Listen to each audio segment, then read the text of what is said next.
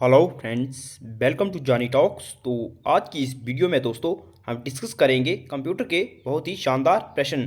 Computer के हम दोस्तों आज 50 प्लस बहुत ही महत्वपूर्ण प्रश्न डिस्कस करने जा रहे हैं, जो कि आपके JOIT पोस्ट कोड 939 के लिए काफ़ी हेल्पफुल होंगे। तो दोस्तों जल्दी से वीडियो को एक लाइक कर दीजिए और चैनल पर अगर पहली बार विजिट कर रहे हो तो चैनल को भी ज़रूर सब्सक्राइब कर दे, क्योंकि ये जो है आपका मॉक टेस्ट रहने वाला है, क्विक रिवीजन रहने वाला है। आप अपने आप को एनालाइज कर पाएंगे दोस्तों आपकी तैयारी कहाँ तक पहुँची है। और दोस्तों JOIT पोस्ट कोड 939 से संबंधित ये हमारी 25वीं क्लास है। अगर इससे पहले की 25 क्लासेज आपने नहीं देखी हैं, ये 26वीं क्लास है। अगर इससे पहले की 25 क्लासेज आपने नहीं देखी हैं तो आप हमारे चैनल की प्लेलिस्ट में जाकर देख सकते हैं और अपनी तैयारी को बूस्टअप कर सकते हैं। और दोस्तों इस वीडियो में हम 50 प्लस बहुत ही शानदार प्रश्न डिस्कस करने जा रहे हैं। तो दोस्तों इसमें आपके 40 प्लस तो क्वेश्चन सही होने ही चाहिए, तब आपकी तैयारी अच्छी मानी जाएगी। तो दोस्तों चलिए शुरू करते हैं आज की इस वीडियो को पहले प्रश्न के साथ।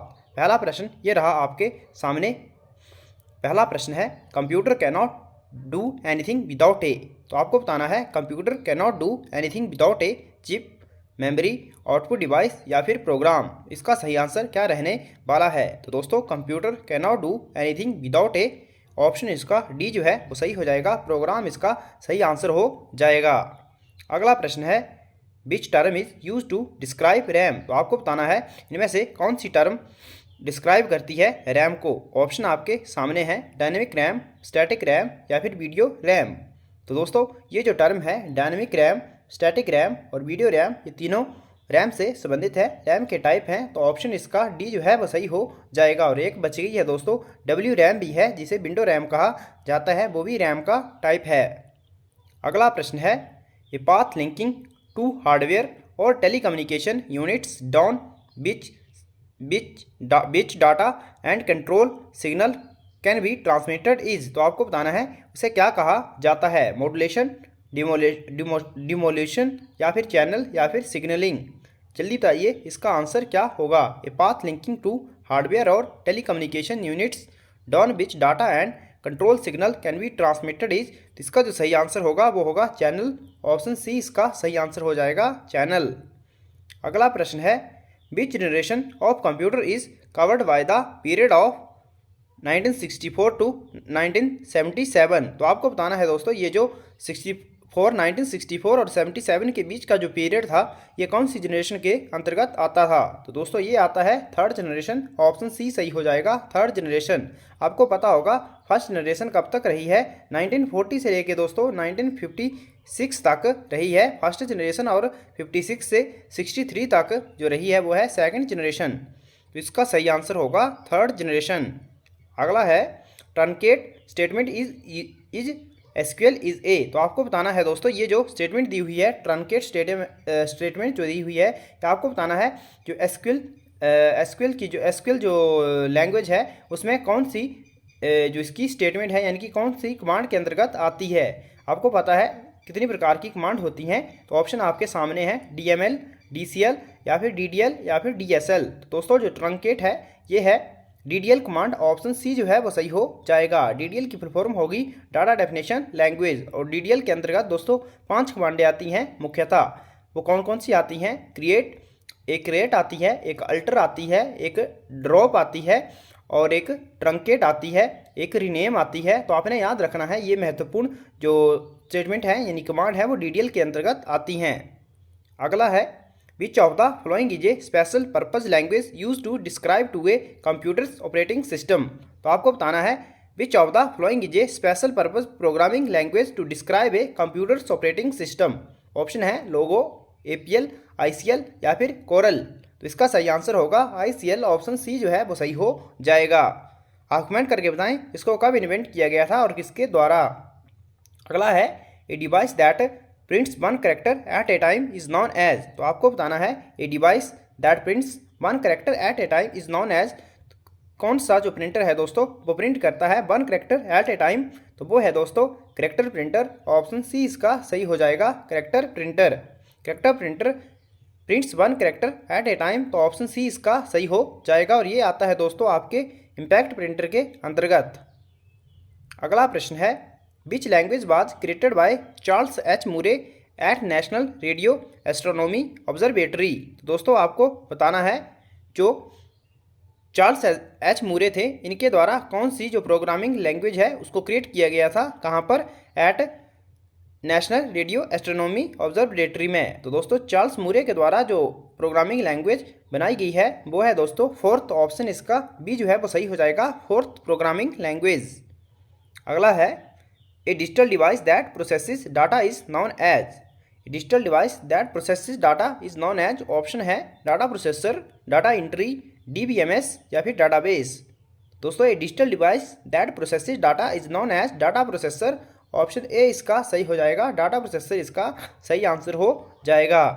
अगला है what is the name of the logic circuit which can add two binary digit. दोस्तों यहाँ पर पूछा है what is the name of the logic circuit which can add two binary digit. तो दोस्तों टू बाइनरी डिजिट्स को जो add करता है वो है हाफ एडर, ऑप्शन बी इसका सही हो जाएगा। और दोस्तों मैंने आपको बताया ये हमारी जो है 25वीं 26वीं क्लास है। अगर इससे पहले की 25 क्लासेज आपने नहीं देखी हैं तो दोस्तों जल्दी से जाकर प्लेलिस्ट में देख लीजिए, आपकी तैयारी काफ़ी अच्छी हो जाएगी। और उससे पहले भी हम 903 के लिए कंप्यूटर की क्लासेस ले चुके हैं, तो हमारे चैनल पर कंप्यूटर के रिगार्डिंग 50+ वीडियो हैं। तो दोस्तों आपने नहीं देखी हैं, प्रीवियस ईयर से लेके सारी वीडियो हमने डाल रखी हैं, जल्दी जाइए और देख लीजिए।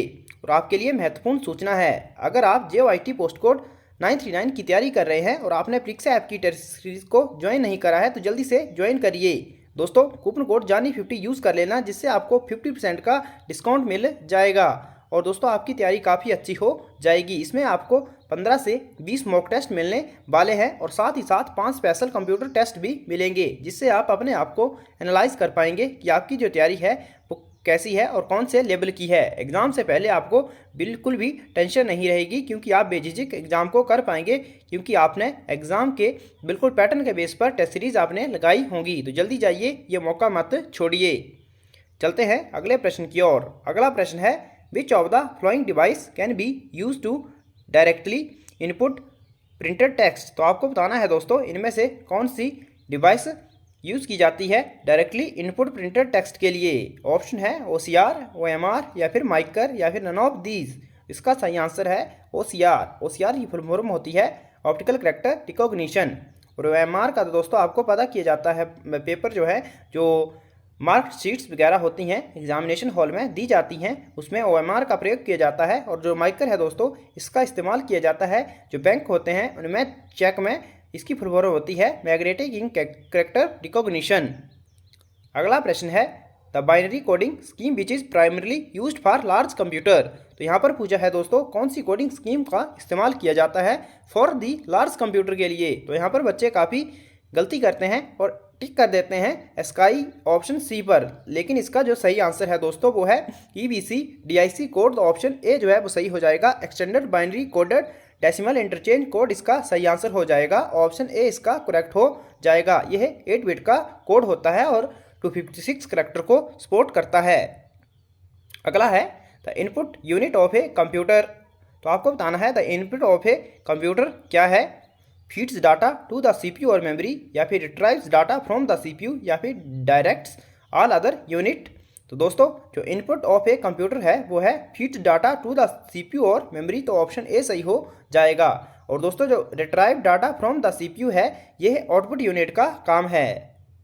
अगला प्रश्न है the term gigabyte refers to. तो आपको बताना है टर्म गीगाबाइट जो है क्या रेफर करता है, यानी कि यह किसके इक्वल टू है।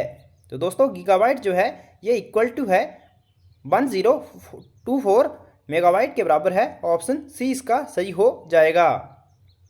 अगर दोस्तों जल्दबाजी में मैं कोई प्रश्न गलत बता दूं तो आप कमेंट करके ज़रूर बता देना। अगला है which of the following memories contain a thin film of magnetic material sandwiched between two permanent Beas magnets.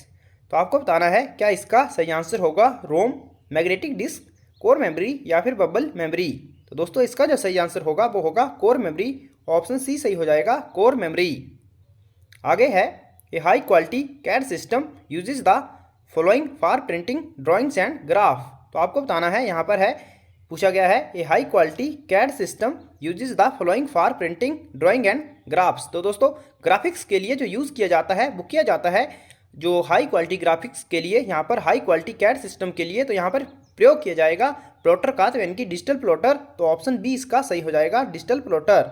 High quality graphics के लिए दोस्तों प्लॉटर का इस्तेमाल किया जाता है। प्लॉटर जो है वे एक प्रकार के लार्ज प्रिंटर हैं। अगला प्रश्न है एन इंटीग्रेटेड सर्किट इज, तो आपको बताना है इंटीग्रेटेड सर्किट क्या है। तो दोस्तों इंटीग्रेटेड सर्किट जो है वो है fabricated on A टिनी silicon chip. Option D इसका सही हो जाएगा, fabricated on A टिनी silicon chip. Option D इसका करेक्ट हो जाएगा। अगला है number cruncher computer is one that can handle. दोस्तों नंबर क्रंचर जो है ये अदर नेम है सुपर कंप्यूटर का, और यहाँ पर है number cruncher computer is one that can handle. तो क्या है यहाँ पर, लार्ज वॉल्यूम ऑफ नंबर्स। तो ऑप्शन इसका सी जो है वो सही हो जाएगा, लार्ज वॉल्यूम ऑफ नंबर। और दोस्तों जो इंटेंसिव प्रॉब्लम है वो रन करती है सुपर कंप्यूटर पर, तो आपने याद रखना है। अगला प्रश्न है which of the following register is loaded with the contents of the memory location pointed by the PC. तो यहाँ पर पूछा है which of the following register is loaded with the contents of the memory location pointed by the PC. PC है यहाँ पर personal computer. तो आपने बताना है इसका सही आंसर क्या होगा। तो इसका जो सही आंसर है दोस्तों वो होगा इंस्ट्रक्शन रजिस्टर। ऑप्शन सी सही हो जाएगा, इंस्ट्रक्शन रजिस्टर। अगला है a typical modern computer uses. तो आपको बताना है जो मॉडर्न कंप्यूटर है दोस्तों वो क्या यूज़ करते हैं। इनमें से vacuum tubes, bulbs, LSI chips या फिर ऑल ऑफ द अबव। तो दोस्तों मॉडर्न कंप्यूटर जो यूज़ किए जाते हैं वो करते हैं LSI चिप, यानी कि जो VLSI टेक्नोलॉजी है उसका इस्तेमाल करते हैं, लार्ज स्केल इंटीग्रेशन। तो ऑप्शन ए इसका करेक्ट हो जाएगा। अभी तो 5th जनरेशन में दोस्तों ULSI जो टेक्निक है वो है अल्ट्रा लार्ज स्केल इंटीग्रेशन। अगला प्रश्न है which of the following typically use a keyboard for input. तो आपको बताना है इनमें से कौन यूज़ करता है दोस्तों कीबोर्ड इनपुट के लिए। तो इसका जो सही आंसर होगा दोस्तों desktop terminal, point of sale terminal, financial transaction terminal. तो इसका ऑप्शन डी सही हो जाएगा, ऑल ऑफ द अबव। सभी के द्वारा कीबोर्ड का इस्तेमाल किया जाता है। अगला प्रश्न है who coordinates the sequencing of events with in the central processor of a computer. तो आपको बताना है who coordinates the sequencing of events with in the central processor computer. तो आपको बताना है logic unit, arithmetic unit, register या फिर कंट्रोल यूनिट। दोस्तों जो कंट्रोल यूनिट है वो कोऑर्डिनेट करता है, तो ऑप्शन डी सही हो जाएगा, control unit coordinates the sequencing of events with in the central processor of a computer. तो दोस्तों आप सभी कमेंट करके ज़रूर बताना जो ये MCQ वाला मिक्स सेशन है ये आपके लिए अच्छा है रिवीजन के लिए, या फिर आपको किसी स्पेसिफिक टॉपिक पर वीडियो चाहिए। जल्दी से वीडियो को कमेंट कर दें, समय बहुत ही कम रह गया है। अगला है which part of the computer is used for calculating and comparing. Computer का कौन सा जो पार्ट है दोस्तों वो कैलकुलेटिंग और कंपेयरिंग के लिए यूज़ होता है। तो वो है दोस्तों ये LU। ऑप्शन सी सही हो जाएगा, अर्थमेटिक लॉजिक यूनिट। तो दोस्तों ये जो ALU है ये 5 तरह के ऑपरेशन को परफॉर्म करता है। आपने याद रखना है 5 तरह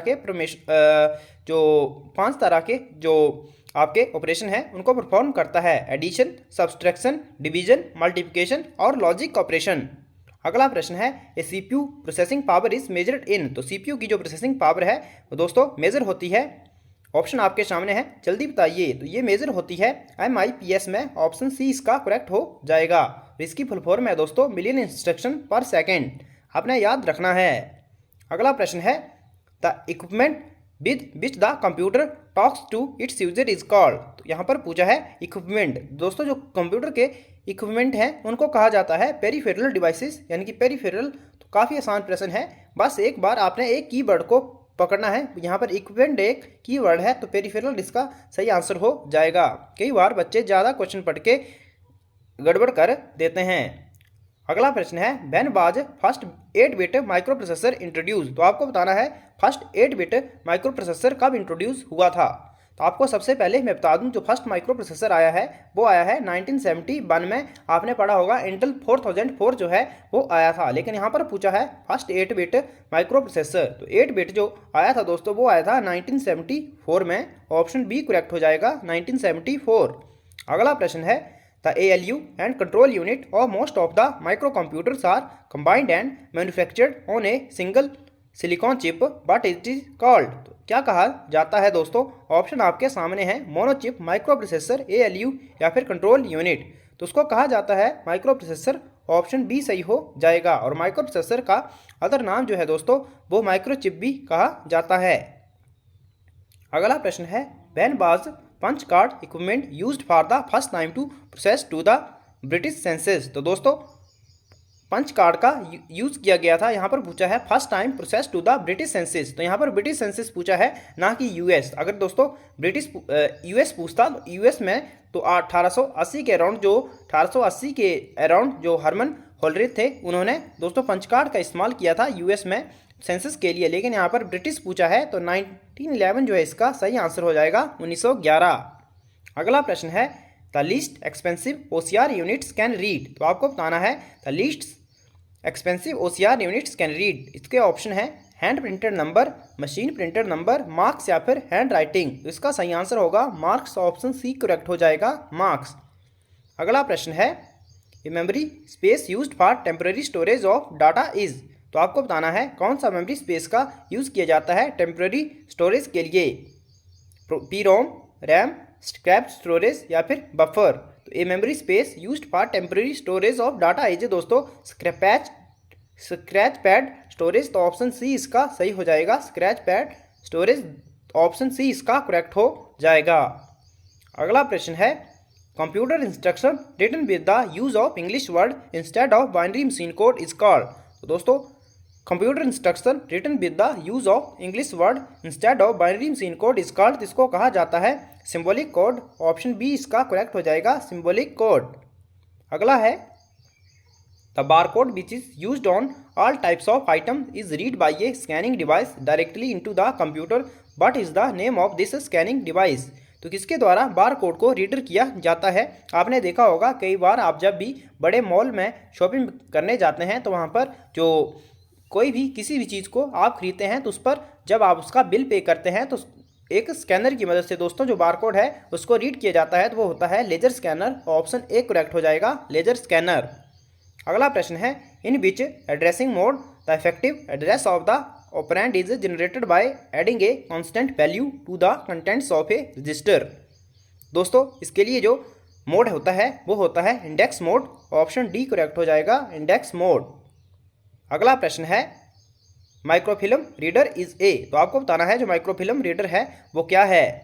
दोस्तों आप सभी को मैं एक बात बताना भूल गया, अगर आप इस PDF को डाउनलोड करना चाहते हैं तो आप हमारे टेलीग्राम चैनल @JaniTalk सर्च कर लेना, या फिर डिस्क्रिप्शन में मैंने इसका लिंक दिया हुआ है, वहाँ से आप टेलीग्राम चैनल को ज्वाइन कर लेना और इसकी PDF आपको मिल जाएगी।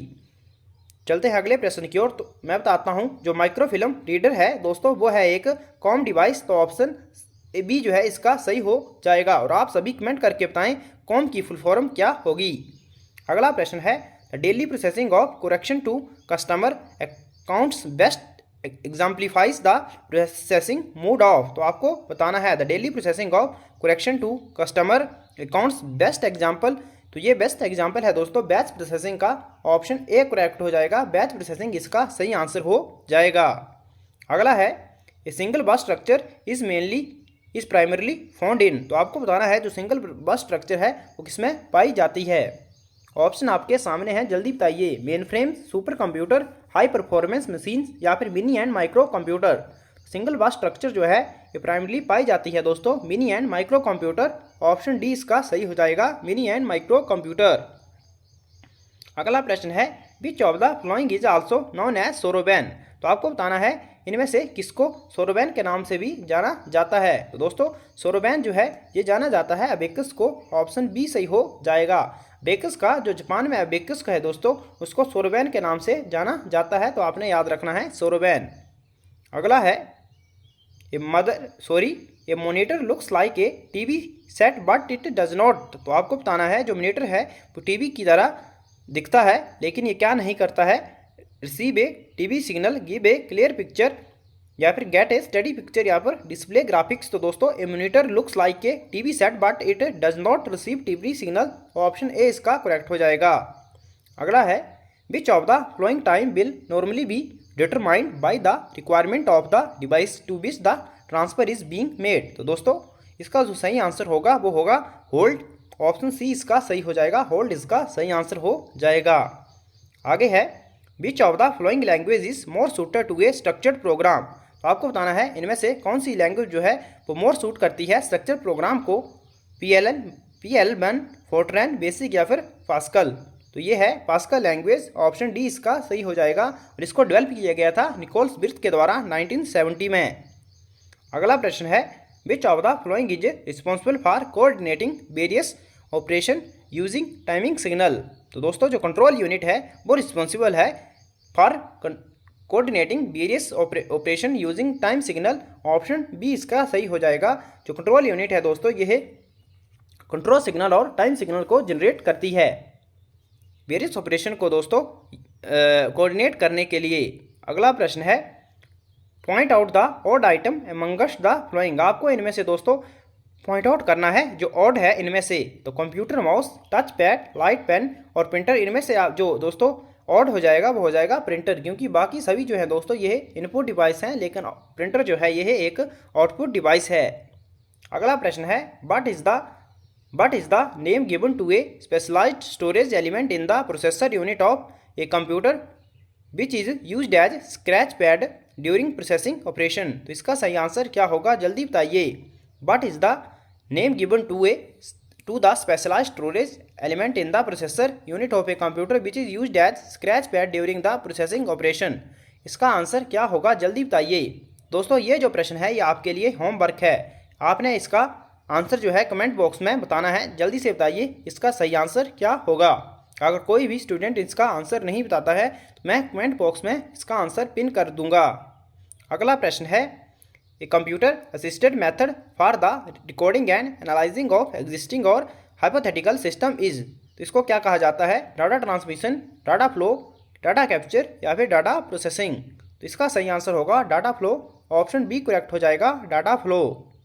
अगला प्रश्न है which of the following printer can be classified as a page at a time printer. तो दोस्तों ऐसा कौन सा प्रिंटर है वो एक पेज को प्रिंट कर देता है कुछ ही समय में, तो वो है दोस्तों पर एक पूरी की पूरी एक लाइन पेज को प्रिंट कर देता है कुछ ही सेकंड्स के अंदर, तो वो है लेज़र प्रिंटर, ऑप्शन ए जो है वो सही हो जाएगा। लेज़र प्रिंटर सबसे फास्टेस्ट प्रिंटर है और दोस्तों इसको बनाया गया था 1969 में। कहाँ बनाया गया था, जीरोक्स में बनाया गया था। और दोस्तों जो साइंटिस्ट था उसके नाम था गैरी स्टार्कवेदर जो था, उनके द्वारा लेज़र प्रिंटर को बनाया गया था।